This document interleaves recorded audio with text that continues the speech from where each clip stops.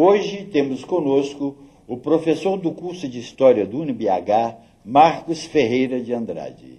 Ele acaba de lançar um livro sobre a história do Brasil a partir de uma tradicional família mineira. Agora, ele nos conta um pouco mais sobre este trabalho. Marcos, bem-vindo ao Conhecimento de hoje. Eu que agradeço a oportunidade. E como essa história de escrever a história a partir de uma família? Não é muito pouco, não? Não é muito focalizado, não? Ou a partir daquilo você pode expandir e ver toda a história da formação do Brasil? Na verdade, assim, a escolha de uma família, e especificamente a família Junqueira, que eu vou falar daqui a pouco mais sobre... Que não é a sua? Sobre ela, não é a minha.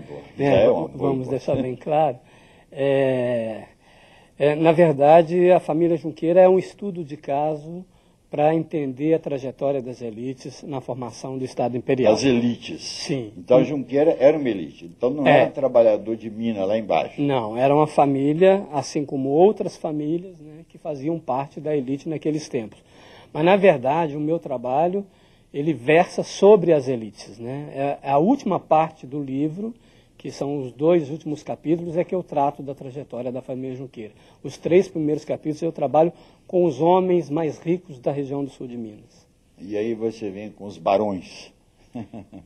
Seriam os barões, mas não são os barões do café, com título, né? Não, né? Eles serão barões, se tornarão barões mais tarde, lá em 1848, mas são barões ligados às atividades agropecuárias. Ah, sim. E essa história, a história dessa família especificamente, como ela transcorre? Bom, a família Junqueira, ela começa com a trajetória do João Francisco, que é um imigrante pobre, assim como muitos portugueses que vieram para cá, para as Minas Gerais, do norte de Portugal, da região de Braga, mais especificamente de São Simão da Junqueira.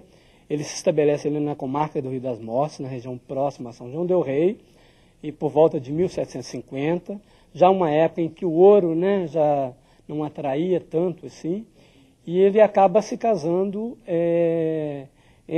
com um membro de uma família já estabelecida de elite ali da região de São João del Rei. Mas é importante deixar bem claro que o sobrenome Junqueira, ele se faz aqui nas Minas Gerais. Na verdade, ele vem como João Francisco, natural de São Simão da Junqueira.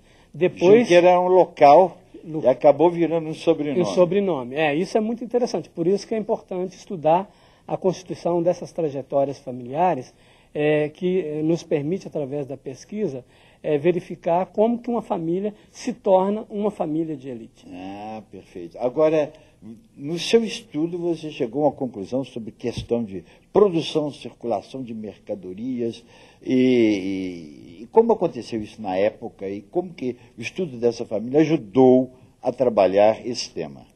Na verdade, aí a gente tem que pegar um pouco a discussão dos estudos de história, né? Sim. Eu acho que todos já devem ter ouvido falar da ênfase na economia de exportação, nos ciclos, né? Primeiro para o Brasil, o açúcar, depois o ouro e depois o café, nessa sequência, né? A historiografia, ou a produção dos historiadores, durante muito tempo deu ênfase na economia de exportação e deixou de lado a agricultura, essa produção voltada para o mercado interno, para o abastecimento interno. Consumo regional. Isso. E nesse caso, então os estudos dos historiadores da década de 1980 para cá têm demonstrado a importância dessas atividades. Essas atividades eram geradoras de riqueza, essas atividades demandavam escravos e muitas famílias fizeram fortuna a partir da produção dessas mercadorias voltadas para o abastecimento interno. Então, que mercadorias seriam essas?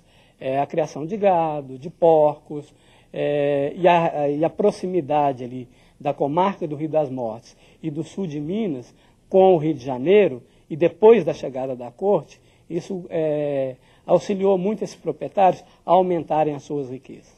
Quer dizer, a mercadoria tem ao seu redor a população, e para falar da população, você fala da mercadoria. Alguma Sim. coisa está ligada aí, né? As coisas estão intimamente ligadas. Agora, você usou documentos. Que documentos? Na verdade, para a gente tentar reconstruir essas histórias, é preciso trabalhar com muitos documentos, né? Não é só um tipo de documento. Ainda mais quando você não quer fazer a história repetitiva de todo mundo. Sim, exatamente. Criar realmente o que aconteceu, mostrar o que aconteceu. Então, assim, por exemplo, para verificar essa produção, para verificar, por exemplo, o tamanho das propriedades, o tamanho das fazendas, a quantidade de escravos que havia nessas propriedades, uma documentação muito interessante são os inventários. Se hoje os inventários são muito secos, né, poucos detalhados, no século XVIII, no século XIX, os inventários têm uma riqueza de detalhe imensa. Então, vem desde o dinheiro em espécie que havia, ouros, metais preciosos, o que havia dentro das casas, as propriedades, as fazendas, os escravos. Você encontra em documentos. Tudo encontra em inventário. Você tem uma descrição detalhada dos inventários. Principalmente, então, na época que a pessoa morre, então é que começa esse documento a surgir. Isso. E os inventários, tem outras documentações também muito interessantes, que são os testamentos, que as pessoas registram as suas últimas vontades antes de morrer, então reconhece filhos ilegítimos, reconhece que tem dívidas. Então é uma documentação muito interessante para a gente tentar compreender um pouco da mentalidade. Muito trabalhoso, hein? Muito trabalhoso. São anos de pesquisa, né? Na verdade, a história desse livro começa com a minha chegada no sul de Minas, em campanha, em 1995, para trabalhar na Universidade do Estado de Minas Gerais. E como foi que você teve a ideia e onde foi buscar esses documentos? Nos cartórios? É isso. Nos cartórios é uma documentação variada. A documentação da igreja, porque no século XVIII e XIX, a igreja que era responsável, né, para fazer os registros de casamento, batizado e óbito. Então, se você quer reconstruir a história das famílias, a documentação paroquial ela é de extrema relevância. Então, eu cheguei no sul de Minas para trabalhar numa unidade da Universidade do Estado de Minas Gerais, e quando eu cheguei, eu vi toda essa documentação, né? A documentação cartorial, inventários, testamentos, a documentação paroquial, esses assentos de batismo, casamento e óbito. Uma pergunta, esse material está bem conservado, bem guardado? Pois é, aí foi, quer dizer, é bom contar um pouco essa história também, porque para você fazer uma pesquisa, é preciso que você tenha acesso à documentação. E uma condição para você fazer uma pesquisa é que essa documentação esteja organizada, né? Em relação à documentação paroquial, os arquivos paroquiais no Brasil, não só de Minas Gerais, são os arquivos mais organizados. Né? Os padres sempre tiveram essa preocupação. Era uma elite intelectual, né? Mas também porque estavam aliadas com o Estado português no período colonial e depois no período imperial. Os padres eram funcionários da burocracia do Estado imperial. Né? Só depois com a República que há a separação entre a Igreja e o Estado. Então essa documentação paroquial, eclesiástica, é uma documentação que está organizada, de fácil acesso. Mas eu precisei localizar outros acervos documentais, essa documentação de inventários, especialmente, essa documentação fotográfica, as fotografias, as imagens, a documentação também de testamentos. Então, eu constituí um centro de documentação que hoje está localizado na unidade de campanha no sul de Minas, que se chama Centro de Memória Cultural do Sul de Minas.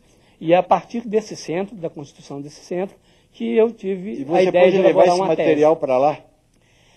Pois é. Cópias? Na verdade, isso foi resultado de um projeto anterior que nós desenvolvemos lá, intitulado Memória Cultural do Sul de Minas, que foi financiado pela FAPEMIG de 1997 a 2000. E um dos resultados desse trabalho é um primeiro guia de fontes que nós montamos sobre a história do sul de Minas, divulgando essas fontes para o Brasil inteiro e até para universidades estrangeiras, e o centro de documentação propriamente dito. Então, esse centro de documentação, que levou o título do próprio projeto, que é Centro de Memória Cultural do Sul de Minas, hoje ele guarda inventários, testamentos, fotografias, um acervo muito rico de documentação da história do sul de Minas. Marcos, está muito interessante o que você está falando, mas nós vamos ter que dar uma paradinha agora, viu? Okay. O conhecimento vai para um breve intervalo, voltamos já já com mais informações sobre a história do Brasil. Conhecimento.